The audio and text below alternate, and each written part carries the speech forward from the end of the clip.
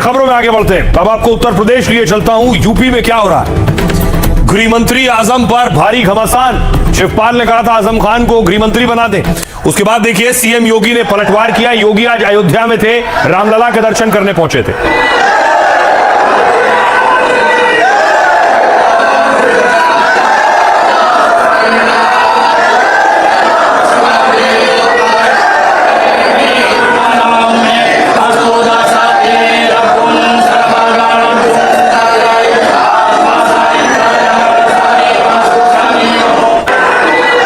योगी ने आज हमला किया।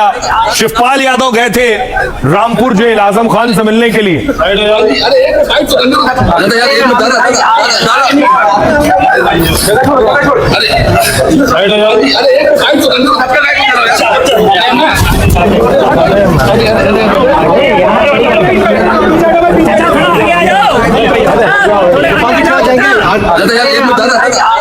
अब देखिए इस पर घमासान क्यों शुरू हुआ।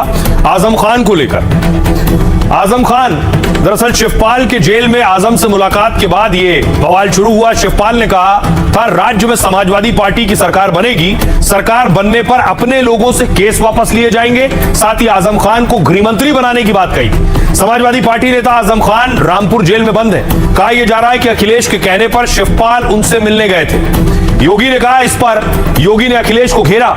योगी ने कहा उन्होंने आजम को गृह मंत्री बनाने का ऐलान किया है। योगी का हमला था कि समाजवादी पार्टी फिर से दंगा कराना चाहती है। ओम प्रकाश राजभर ने पूछा सजा पाया व्यक्ति कैसे चुनाव लड़ सकता है? गृह मंत्री बनाने के ऐलान पर पूछा वो कैसे मंत्री बन सकता है? इससे पहले ओवैसी भी आजम मुद्दे पर अखिलेश को घेर चुके हैं। दरअसल उत्तर प्रदेश में करीब 20% मुस्लिम वोटर है। 143 सीटों के नतीजे पर मुस्लिम वोटर सीधा असर डालेंगे। 2027 चुनाव के लिए अखिलेश की दलित मुस्लिम वोट पर नजर है और इसी वजह से जेल में आजम को मनाने की कोशिश की गई। अखिलेश और ओवैसी की इस वोट बैंक पर नजर है। सुनिए क्या कह रहे हैं इस पर योगी। वो आपकी बात कराना है और उत्तर प्रदेश में समाजवादी पार्टी की सरकार बनाना है, अखिलेश यादव को मुख्यमंत्री बनाना है, तब इनको सबको बिल्कुल बनेगा। रक्षा मंत्री नहीं पहले गृह मंत्री, रक्षा मंत्री नहीं पहले गृह मंत्री।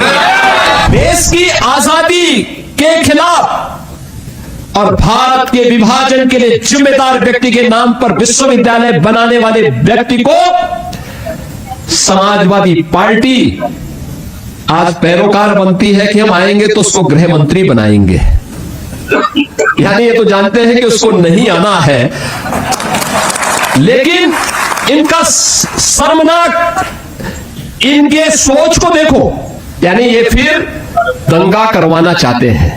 कैसे मुजफ्फरनगर और सहारनपुर के दंगाइयों को लाकर के तत्कालीन सीएम के आवास में लाकर के उन्हें सम्मानित किया जाता है और ऐसे व्यक्ति के समर्थन में लोग इस प्रकार की दलीलें देते हैं। अभी आजम खान जी से मिले हैं तो वहां से निकले हैं तो इस समय खूब बयान दे रहे हैं। देखिए जरा इस पर बीजेपी हमलावर है। राहुल गांधी ने जो बर्ताव किया, बीजेपी का कहना है यह अभद्रता है। बीजेपी क्या सवाल उठा रही देखिए। राहुल गांधी क्या कर रहे थे?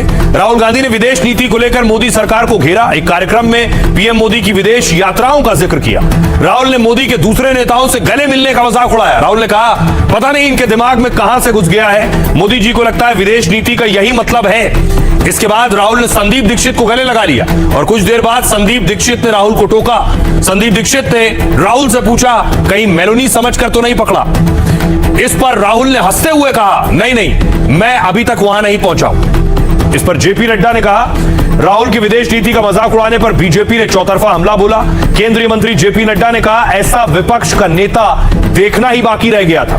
यह देश के लोकतंत्र का दुर्भाग्य है। कांग्रेस के लिए भी इससे दुख का विषय क्या होगा? उन्हें राहुल गांधी को अपना नेता मानना पड़ रहा है। विदेश नीति पर राहुल की मिमिक्री पर राजनाथ ने घेरा। राहुल ने जो बयान दिया वो छोटी सोच वाली है और निंदनीय है। मैंने विपक्ष के किसी भी नेता का ऐसा अभद्र अकल्पनीय व्यवहार नहीं देखा है। राहुल ने विपक्ष के नेता के पद की गरिमा को तार तार कर दिया। गांधी उपनाम वाला कोई व्यक्ति इतनी शर्मनाक बात कैसे कह सकता है? बीजेपी सांसद निशिकांत दुबे ने भी राहुल पर हमला बोला। क्या आपको लगता है कि राहुल गांधी जी की मानसिक स्थिति ठीक है? झारखंड के रांची में कांके इनके लिए ठीक जगह है। केंद्रीय शिक्षा मंत्री प्रहलाद जोशी ने कहा कि राहुल आखिर आप कब बड़े होंगे? भारत चलाने के लिए परिपक्व नेतृत्व चाहिए, न कि बचकानी नौटंकी। असम के सीएम हेमंत बिस्वा शर्मा ने कहा सारी हदें पार हो गई। कांग्रेस के वंशवादी नेतृत्व ने शालीनता की सारी हदें पार कर दी। एक महिला राष्ट्र अध्यक्ष को लेकर आपत्तिजनक टिप्पणी की गई है। सुनिए इस पर सियासतदान क्या कह रहे हैं। इनका पता नहीं कहां से इनके दिमाग में घुस गया, अब अजीब चीजें घुस जाती है, बट इनके माइंड में घुस गया कि foreign policy is this.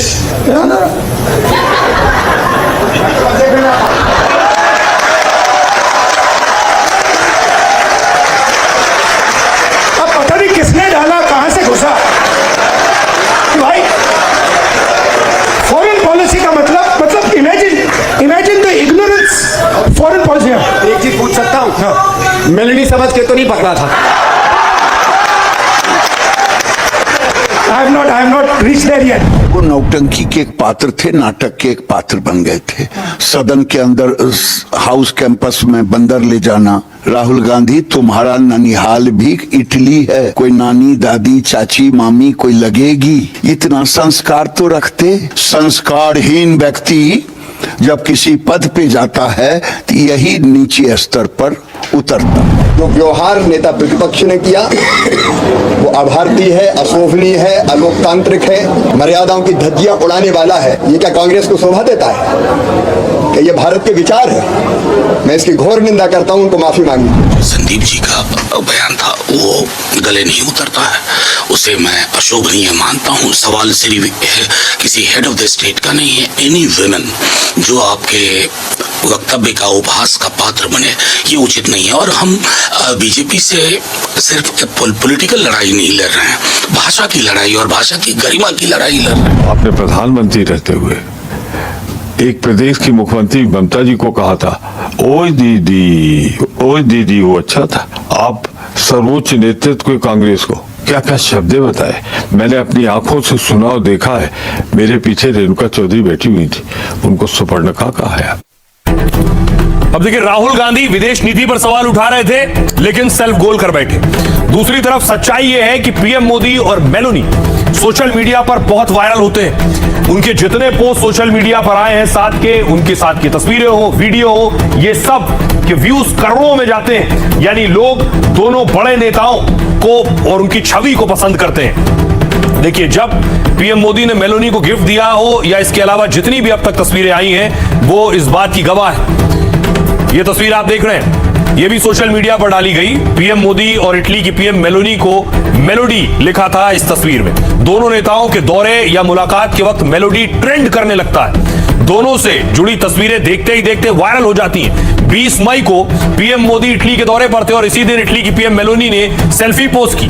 Meloni ने लिखा रोम में अपने दोस्त मोदी का स्वागत है और देखते ही देखते इस पोस्ट पर व्यूज 8 करोड़ से ज्यादा हो गए थे। अगली तस्वीर देखिए, पीएम मोदी ने इसी दौरे में मेलोनी को मेलोडी दी थी, मेलोडी टॉफी गिफ्ट की। यह वीडियो बेहद छोटा था लेकिन दिलचस्प था। वीडियो सोशल मीडिया पर आते ही वायरल हो गया। कुछ ही घंटों में रिकॉर्ड व्यूज सामने आए। काफी कम समय में 11 करोड़ 20 लाख से ज्यादा व्यूज मिले। इटली की पीएम जॉर्जिया मेलोनी ने भारतीय झुमके पहने थे। यह तस्वीर देखिए, मेलोनी ने इसकी तस्वीर इंस्टाग्राम पर शेयर की और इसमें अब तक 7 लाख से ज्यादा लोगों ने लाइक किया है। सुनिए क्या कुछ कह रहा है इस पर विदेश मंत्रालय और सियासतदान। कि इटली के साथ हमारे बहुत गहरे और मजबूत संबंध हैं और हम इस रिश्ते को और मजबूत करना चाहते हैं।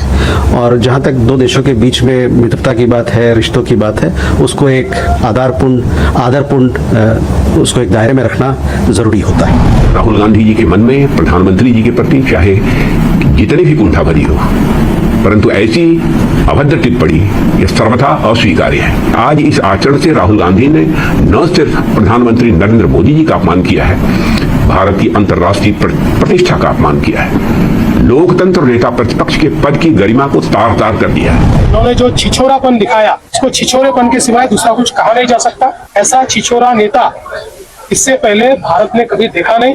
गली का नेता भी ऐसा छिछोरापन नहीं करता। मुझे ऐसा लगता है राहुल गांधी ने और संदीप दीक्षित ने देश की माफी मांगी। देश की विदेश नीति लगभग 80 साल से हम देख रहे हैं पंडित नेहरू जी से, और आज तक बहुत फर्क हो गया है। 10 साल में विदेश नीति खत्म हो गई है। प्रधानमंत्री कहाँ भी जाते हैं, किसी को भी जोर से ऐसा मुट्ठी मारते हैं, हक करते हैं कि सामने वाला का सांस थम जाता है।